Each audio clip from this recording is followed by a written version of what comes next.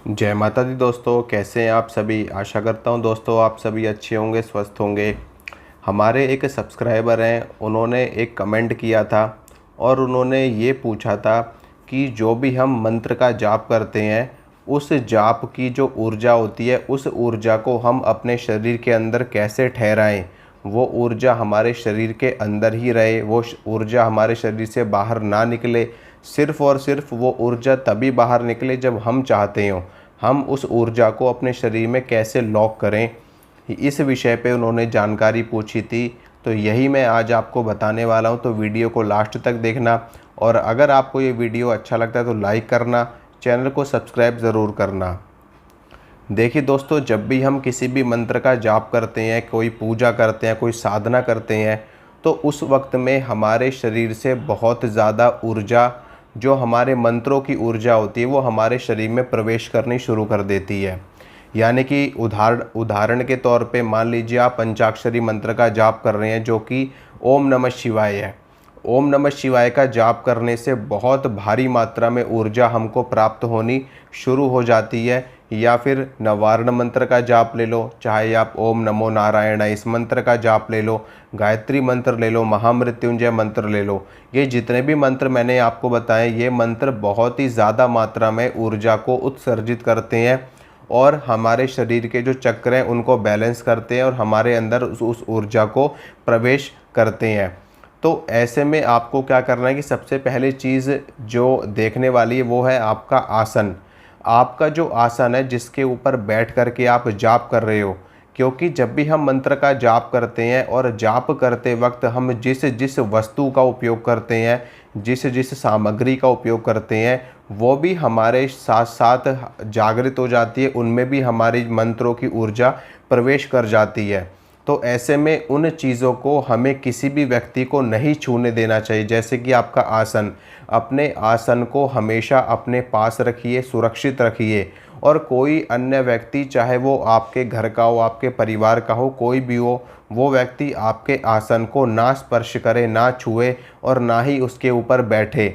अगर कोई अन्य व्यक्ति आपके आसन के ऊपर बैठ करके जाप करता है तो निश्चित रूप से इससे आपकी ऊर्जा नष्ट होती है। दूसरी चीज़ क्या है, वो है आपकी माला, जाप माला। अगर कोई अन्य व्यक्ति आपकी जपी हुई माला से मंत्र जाप करेगा तो निश्चित रूप से आपकी ऊर्जा को वो ग्रहण कर लेगा, आपकी ऊर्जा को वो सोख लेगा। बदले में जो उस व्यक्ति की जो ऊर्जा है, नेगेटिव ऊर्जा, पॉजिटिव ऊर्जा, जैसी भी ऊर्जा उसके पास है, वो ऊर्जा भी आपके माला में प्रवेश करेगी। तो इससे आपको नुकसान भी हो सकता है और साथ में आपकी ऊर्जा का भी नुकसान हो सकता है। मान लीजिए कोई व्यक्ति है, उसने बहुत ही ज़्यादा पाप कर्म कर रखे हैं, बुरे कर्म कर रखे हैं, और जब वो उस माला को स्पर्श करेगा, उस माला से जाप करेगा, तो उसके पाप कर्म भी उस माला में प्रवेश करेंगे और वहाँ से वो आपके पास तक आएंगे। और जो आपकी जो पॉजिटिव ऊर्जा है, जो उस माला में प्रवेश कर गई है आपके मंत्रों के जाप करने से, वो ऊर्जा उस व्यक्ति के शरीर में प्रवेश कर जाएगी और उसके जो पाप कर्म है उसको नष्ट करना शुरू कर देगी। तो यहाँ पर जो ऊर्जा का है वो ट्रांसफॉर्मेशन होता रहता है, यानी कि आपसे उसके पास जाएगी, उससे आपके पास आएगी। तो ऐसे में आपको ये ध्यान रखना है कि आपकी जाप की हुई माला और आपका आसन, इन दो चीज़ों को कोई भी व्यक्ति ना छुए, ना उसके ऊपर बैठे, ना ही आपकी माला से जाप करे। तीसरी चीज़ मैं आपको बताता हूँ कि आपको हमेशा भगतों के पास या ओझाओं के पास, तांत्रिकों के पास जाने से बचना है।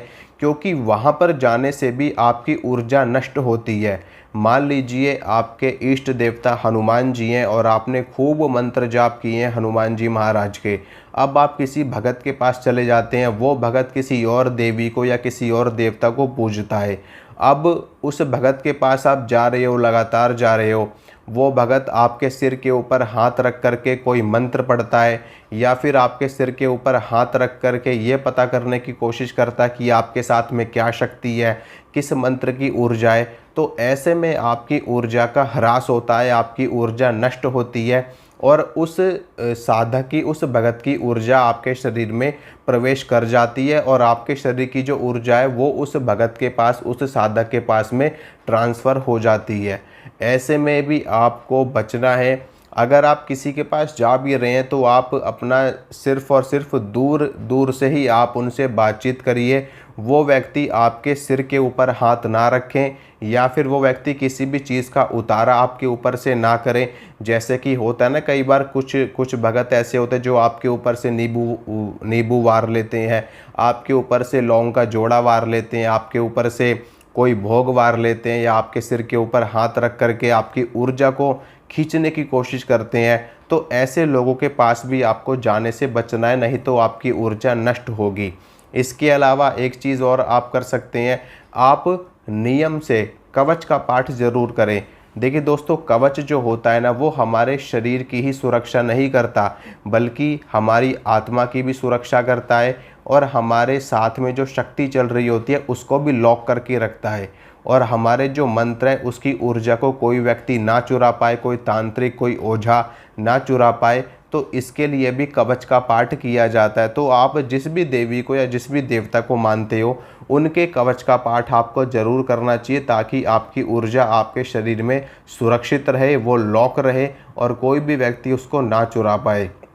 इसके अलावा आप क्या कर सकते हैं, देखिए, जब भी आप साधना काल में होते हैं, पूजा में होते हैं, पाठ में होते हैं, आप किसी अनुष्ठान में बैठे हुए हो, तो ऐसे समय पर आप बाहर के लोगों के घर का बना हुआ भोजन कतई ना करें, ना ही आप बाहर का कुछ खाएं। अगर आपको कुछ भी खाना है, मान लीजिए आप साधना काल में हो, किसी कारणवश किसी मजबूरी में आपको बाहर जाना पड़ रहा है, तो ऐसे में आप जो कुछ भी खाएंगे, जो कुछ भी पिएंगे, वो सब कुछ अपने पैसे का ही खाएंगे, अपने पैसे का ही पिएंगे, और कुछ ना कुछ कीमत ज़रूर चुकाएंगे उसकी। यानी कि आप किसी का भी मुफ्त का भोजन नहीं ग्रहण करेंगे। अगर आप ऐसा करेंगे तो आपका जो आप साधना काल में जिसमें आप बैठे हो और जो आप जप तप कर रहे हो, उस ऊर्जा का प्रभाव भी कम हो जाएगा, उस ऊर्जा का प्रभाव भी उतना आपको नहीं दिखाई देगा जितना दिखना चाहिए।